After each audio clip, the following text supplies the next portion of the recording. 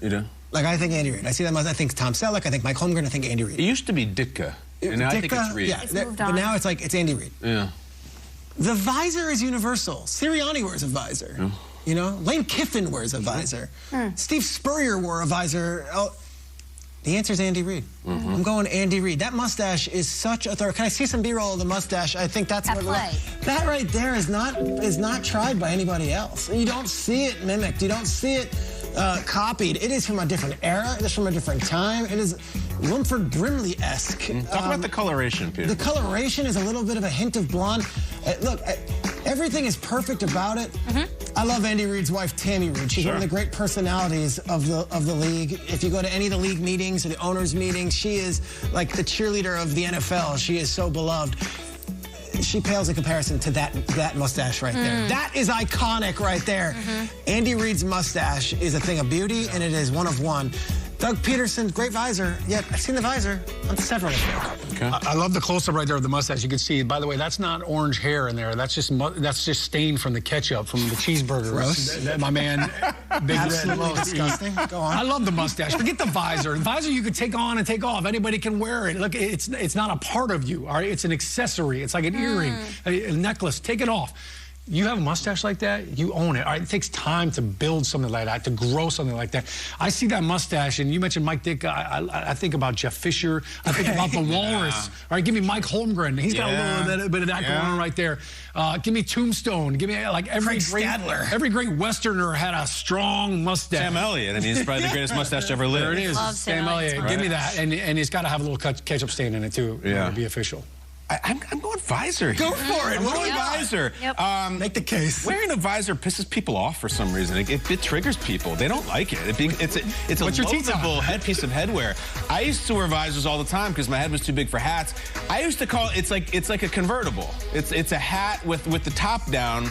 And what I like about it in the sense of our beautiful NFL league here is you don't see a lot of visors outside of coaching. Like, I can take mustaches everywhere. Every walk of life has a mustache. And now, like, let's be honest, the mustache has gone big. It's gone ironic. There's the whole Movember thing. There's the one, I'm wearing it because I know it's funny and I have a mustache on. There's not a lot of earnest mustaches. I really don't think it's kind of gone the way of irony constantly. You wear a visor, you're like, I'm wearing this visor. I don't give a damn what you think. I'm wearing it. I can't even explain why I'm not wearing a hat. I just want to wear a visor. And I like that it's very specific to coaching. It's not, you don't see a game show host wearing a visor. You don't see many golfers even anymore. TikTok influencers are not. No one is doing that. Jackson Mahomes ain't wearing a visor while he's doing his thing. What? That's an idea. TikTok started. You know, if you want to start a visor TikTok thread, go ahead. But I like them. And yes, can we move on, please? God, I am being rushed through this visor. We're about to wreak havoc on the visor community. What is so important?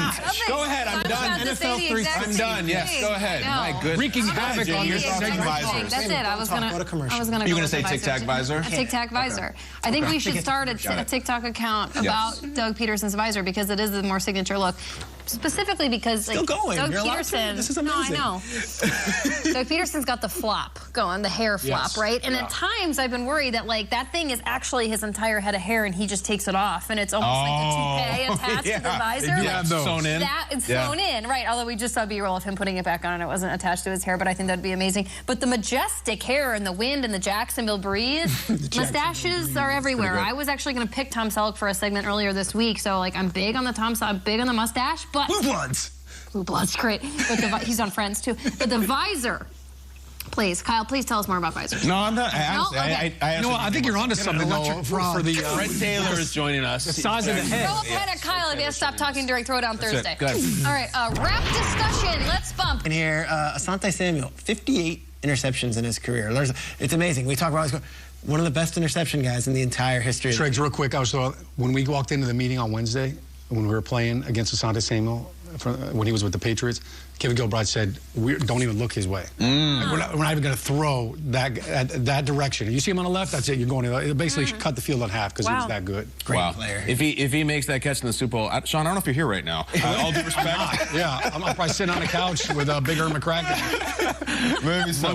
What do you got for me, Peter? In 1981, the Giants beat the Eagles 27-21 in the wild card round. Watch Lawrence Taylor here on special teams. James. Okay. This is Wally Henry returning it. And LT is on special teams causing a fumble. 56. You got LT, the greatest defensive player of all time. Yeah. He was young. He was a rookie. He was on special teams. Meanwhile, Scott Bruner had a day. Did he? Right before Phil Simms got in, Scott Bruner was the guy. Number 12, 3 touchdowns. The Giants go into the vet and beat the Eagles. Kyle, that day was January 11th, 1982. All right.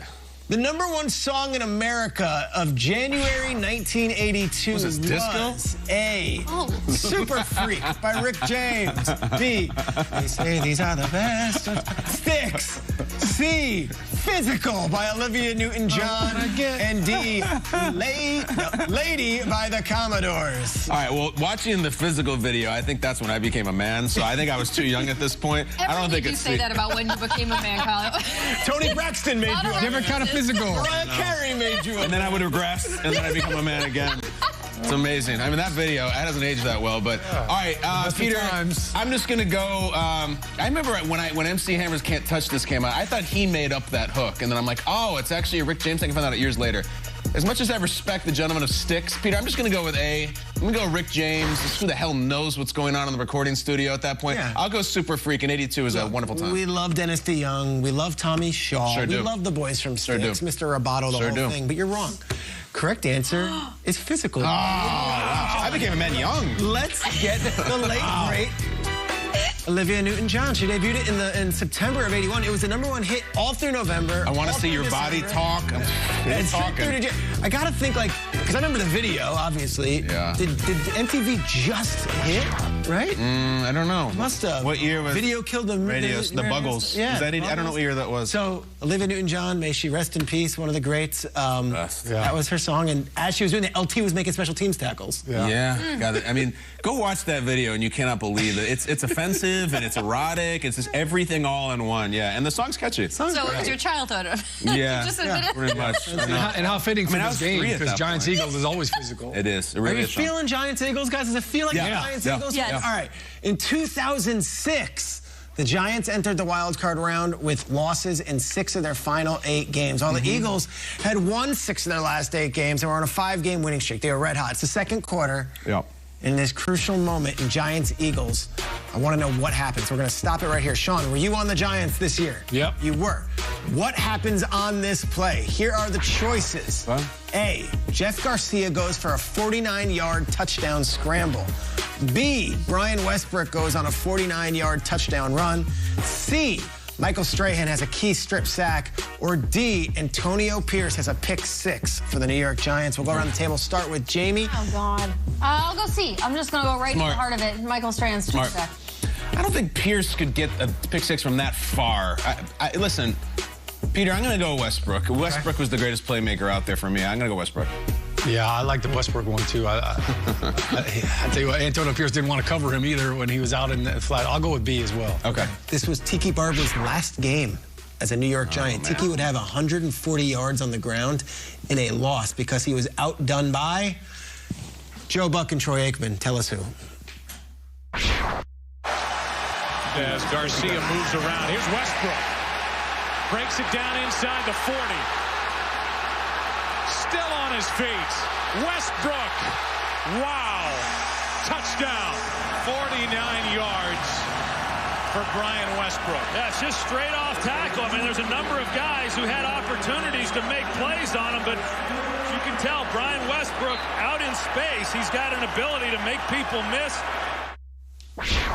Hell yes. LJ? LJ Smith? LJ Smith. I like LJ Smith. Right? Yeah. Pride of Highland Park.